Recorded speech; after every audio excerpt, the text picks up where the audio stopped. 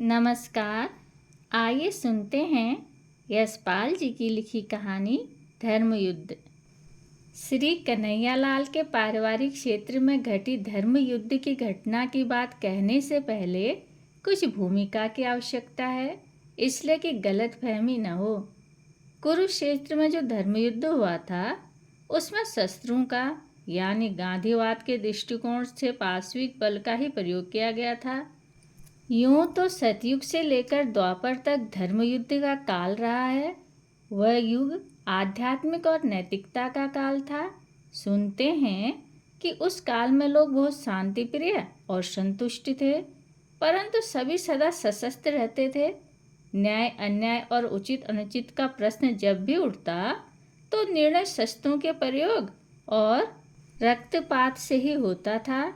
झगड़ा चाहे भाइयों में रहा हो या देवदानों में या पति पत्नी में, जैसा कि ऋषि जमदाग्नि का अपनी पत्नी से, या ऋषियों के समाज में जैसा कि महर्षि वशिष्ठ और राजर्षि विश्वामित्र में। इधर ज्यों ज्यों मानव समाज में आध्यात्मिकता का ह्रास होता गया, लोग निशस्त्र रहने लगे। झगड़े तो होते ही रहे, होते ही हैं, परंतु निशस्त्र होने के कारण लोग नैतिक शक्ति का प्रयोग करने लगे।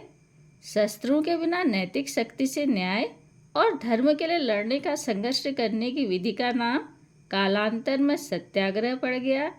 सत्याग्रह को ही हम वास्तव में धर्मयुद्ध कह सकते हैं, क्योंकि युद्ध की इस विधि में मनुष्य पाशविक बल से नहीं बल्कि आत्म बलिदान से या धर्म बल से ही न्याय की प्रतिष्ठा का यत्न करता है। श्री कन्हैयालाल के पारिवारिक क्षेत्र में विचारों का संघर्ष धर्म युद्ध की विधि से ही हुआ था।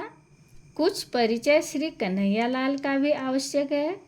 यूं तो कन्हैयालाल की स्थिति हमारे दफ्तर के 100 रुपये माहवार पाने वाले दूसरे बाबुओं के समान ही थी, परंतु उनके व्यवहार में दूसरे सामान्य बाबुओं से भिन्नता थी। 100-125 रुपये का मामूली आर्थिक आधार होने पर भी उनके व्यवहार में एक बड़प्पन और उदारता थी, जैसे ऊंचे स्तर के बड़े बाबू लोगों में होते हैं। वे दस्तखत करते थे केलाल, और हाथ मिलाते तो जरा कलाई को झटक कर होंठों पर मुस्कुराहट आ जाती। हाउ डू यू डू, कहिए क्या हाल है, और पूछ बैठते what can I do for you, आपके लिए क्या कर सकता हूँ। दफ्तर के कुछ तुदन मिजाज लोग केलाल के what can I do for you, आपके लिए मैं क्या कर सकता हूँ, प्रश्न पर अपना अपमान भी समझ बैठते और कुछ उसकी इस उदारता का मजाक उड़ाकर उन्हें बॉस मालिक पुकारने लगे। लेकिन केलाल के व्यवहार में दूसरों का अपमान करने की भावना नहीं थी। दूसरे को शूद्र बनाए बिना ही वे स्वयं बड़प्पन अनुभव करना चाहते थे।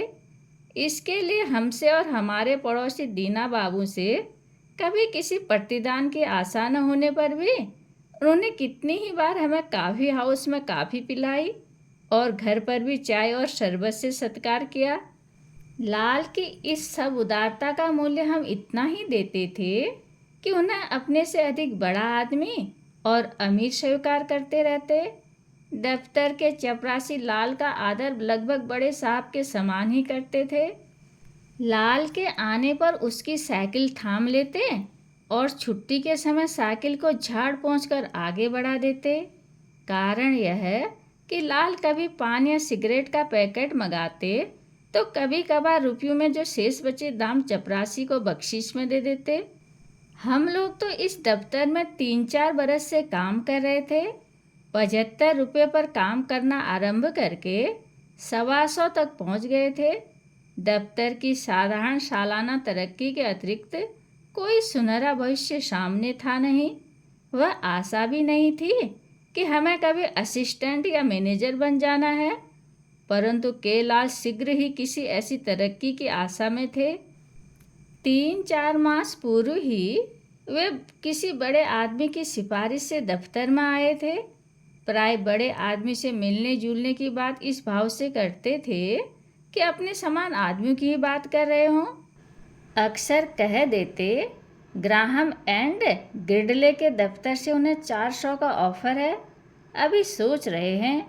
या मैकेंजी एंड विंसन उन्हें 300 तनख्वाह और बिक्री पर 3% मई फर्स्ट क्लास किराए के देने के लिए तैयार हैं, लेकिन सोच रहे हैं। हमारे दफ्तर में उन्हें लोहे की सलाखों और चादरों के ऑर्डर बुक करने का काम दिया गया था।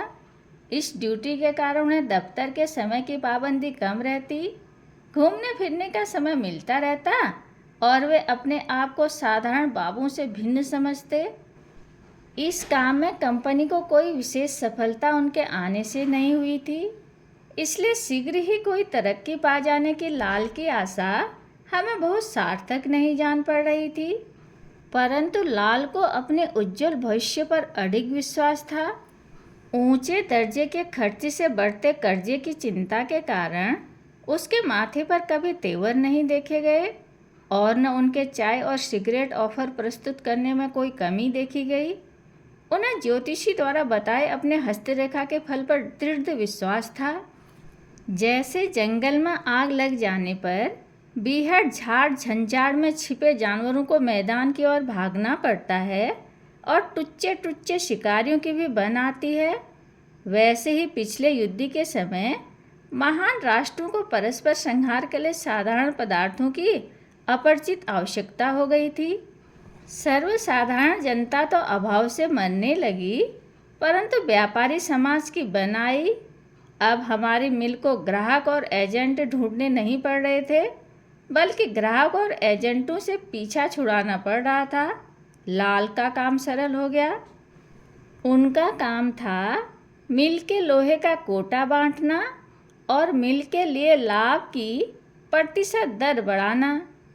दस्तूरन तो केलाल की तनख्वाह में कोई अंतर नहीं आया, परंतु अब वे साइकिल पर पांव चलाते दफ्तर आने के बजाय तांगे या रिक्शा पर आते दिखाई देते। तांगे वालों की ओर रुपया फेंककर बाकी रेजगारी के लिए नहीं, बल्कि उनके सलाम का जवाब देने के लिए ही उनकी ओर देखते। कई बार उनके मुख से सेकेंड हैंड शेवरले या वॉक्सहल गाड़ी का ट्रायल लेने जाने के बाद भी सुनाई दी। अब वे 4-4, 5-5 आदमियों को कॉफ़ी हाउस ले जाने लगे और उन्मुक्त उदारता से पूछते, what would you like to have? क्या शौक कीजिएगा? अपने घर पर भी अब वे अधिक निमंत्रण देने लगे। उनके घर जाने पर भी हर बार कोई न कोई नई चीज़ दिखाई देती। कमरे का आकार बढ़ नहीं सकता था, इसलिए वह फर्नीचर और सामान से अटा जा रहा था।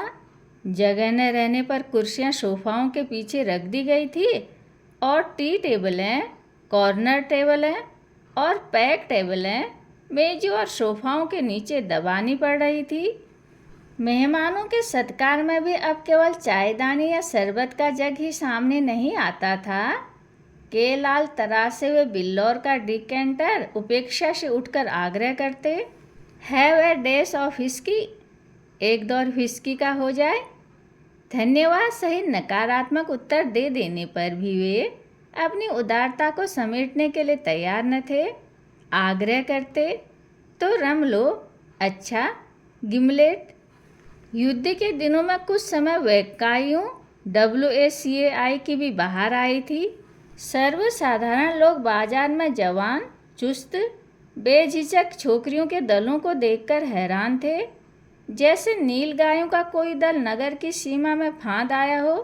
सामर्थ्य रखने वाले लोग प्राय इनकी संगति का प्रदर्शन कर गौरव अनुभव करते थे। ऐसी 3-4 हंसमुखियाँ केलाल साहब की महफिल में भी शोभा बढ़ाने लगी। श्री केलाल के माता पिता अपेक्षाकृत रूढ़िवादी हैं। आचार व्यवहार के संबंध में उनकी धारणा धर्म, पाप और पुण्य के विचारों से बंधी है। अपने एकमात्र पुत्र की सांसारिक स्मृति से उन्हें संतोष और गौरव अनुभव होता था, परंतु उसकी आचार संबंधी उच्छृंखलता से अपना धर्म और परलोक बिगड़ जाने की बात की भी वे उपेक्षा न कर सकते थे। एक दिन माता पिता और पुत्र की आचार संबंधी धारणाओं में परस्पर विरोध के कारण धर्मयुद्ध ठन गया। उस दिन केलाल ने अंतरंग मित्र मिस्टर माथुर और वेंकाई में काम करने वाली उनकी पत्नी तथा उनकी साली को डिनर और कॉकटेल शराब पार्टी के लिए निमंत्रित किया था। इस प्रकार की पार्टियां प्राय होती ही रहती थी, परंतु इस सावधानी से कि ऊपर की मंजिल में रसोई चौके के काम में व्यस्त उसकी माँ और संग्रहणी के रोग से जर्जर खाट पर पड़े उसके पिता को पार्टी की बातचीत और खान पान के ढंग का आभास न हो पाता था। पार्टी के कमरे से रसोई तक संबंध नौकर या श्रीमती लाल द्वारा ही रहता था। मिसेज लाल सास ससुर की धार्मिक निष्ठा की अपेक्षा अपने पति के संतोष को ही अपना धर्म मानती थी। सास के निर्मम अनुशासन की अपेक्षा पति की उच्छृंखलता उसके लिए अधिक सहायक थी।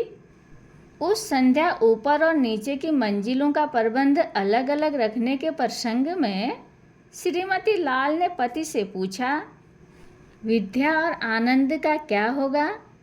के लाल की बहन विद्या अपने पति आनंद सहित आगरे से आकर एक सप्ताह के लिए भाई के यहाँ ठहरी हुई थी।